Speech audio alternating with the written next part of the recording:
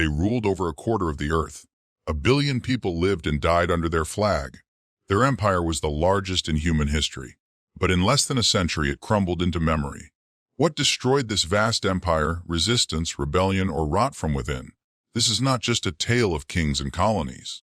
This is the untold story of how the British Empire rose, ruled, and fell in the dark truths they never taught you in school. Our story begins in the late 1500s. England was a small island kingdom far behind the global powers of Spain and Portugal. But ambition was growing. Privateers like Sir Francis Drake, officially backed by the crown, raided Spanish ships and brought home stolen gold. These acts of piracy laid the financial foundation for something much larger: empire. In 1600, the East India Company was founded. At first, it was just a trading company. But within decades, it would raise its own armies, strike its own treaties, and control entire regions of the world. It was capitalism fused with conquest. By the 1600s and 1700s, British colonies were spreading fast: North America, the Caribbean, and trading posts in India.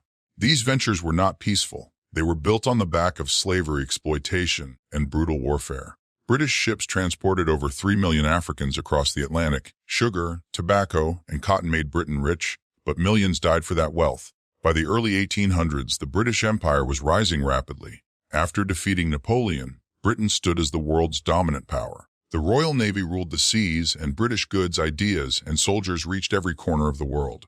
From Australia to Africa, Canada to the Caribbean, the sun never set on the British Empire. Queen Victoria became the face of this global dominance.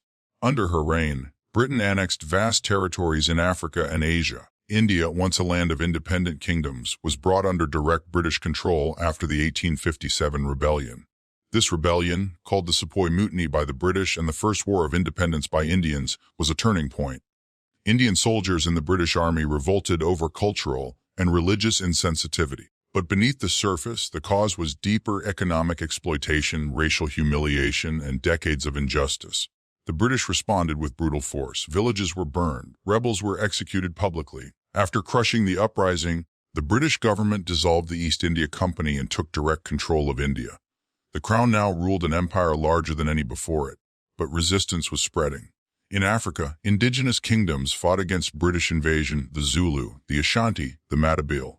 In Ireland, nationalists demanded freedom. In Canada, there were rebellions and uprisings. In Jamaica, enslaved people and their descendants revolted again and again. Still, the empire grew. Railways, schools, and courts were introduced, but always to serve British interests. British education systems erased native languages and histories. Local economies were redesigned to benefit British factories. The late 19th century was the golden age of empire, but the cracks were already forming. Then came World War I. Over 2.5 million men from colonies, India, Africa, the Caribbean, fought and died for Britain. They hoped that sacrifice would bring them equality. But after the war, they returned to find the old chains still intact. In 1919, British troops opened fire on peaceful Indian protesters in Amritsar, killing hundreds. The message was clear: the empire would not loosen its grip without a fight. 2 decades later, World War II dealt a fatal blow to the empire. Britain was bankrupt, bombed, and broken. Again, it turned to its colonies for support. Soldiers from across the empire fought on every front. But this time, the illusion shattered. Colonies saw that Britain was no longer invincible. In 1942, British forces surrendered to the Japanese in Singapore. It was a historic humiliation. Across Asia and Africa, the myth of British superiority collapsed.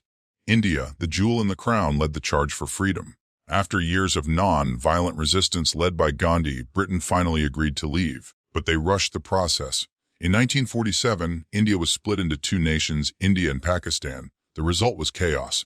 Nearly 1 million died in the partition riots. Millions more were displaced. It was one of the bloodiest migrations in human history. Britain walked away, leaving a trail of trauma behind. The wave of decolonization had begun. In the 1950s and 60s, one colony after another gained independence. Ghana, Kenya, Nigeria, Malaysia, Jamaica, and many more. Some transitions were peaceful. Others, like in Kenya, were soaked in blood. In Kenya, the Mau Mau rebellion against British rule was met with horrifying violence. Torture camps, mass executions, and forced relocations became common. For decades, these crimes were hidden from public view. Only recently did Britain begin to acknowledge them. In 1980, Zimbabwe gained independence. In 1997, Hong Kong, the last major colony, was returned to China. The British Empire was over. But was it really gone? The empire left behind invisible chains, political systems, economic dependence, racial hierarchies, and cultural divisions. Borders drawn by British officials sparked decades of conflict in the Middle East, Africa, and South Asia. The English language spread across the globe. British legal systems remain in place in dozens of countries. In Britain, the empire is often remembered with pride. But in the former colonies, the memories are more complex and often painful. Millions migrated from the colonies to Britain after World War II to help rebuild the country. Known as the Windrush generation, they faced racism, discrimination, and betrayal. Many were later deported illegally, even after living in Britain for decades. The economic wealth of modern Britain, its railways, museums, universities, and banks was built on colonial extraction. Artifacts taken from Africa, Asia, and beyond still sit in British museums, while calls for their return grow louder each year. Today, as statues fall and textbooks are rewritten, the truth about the British Empire is being re-examined. The legacy is no longer one of unquestioned greatness, but of deep injustice mixed with undeniable influence. Empires do not last forever. They rise, they rule, and they fall, not always through invasion, but often through decay from within. The British Empire may be gone, but its shadow still stretches across continents, shaping lives and nations to this day.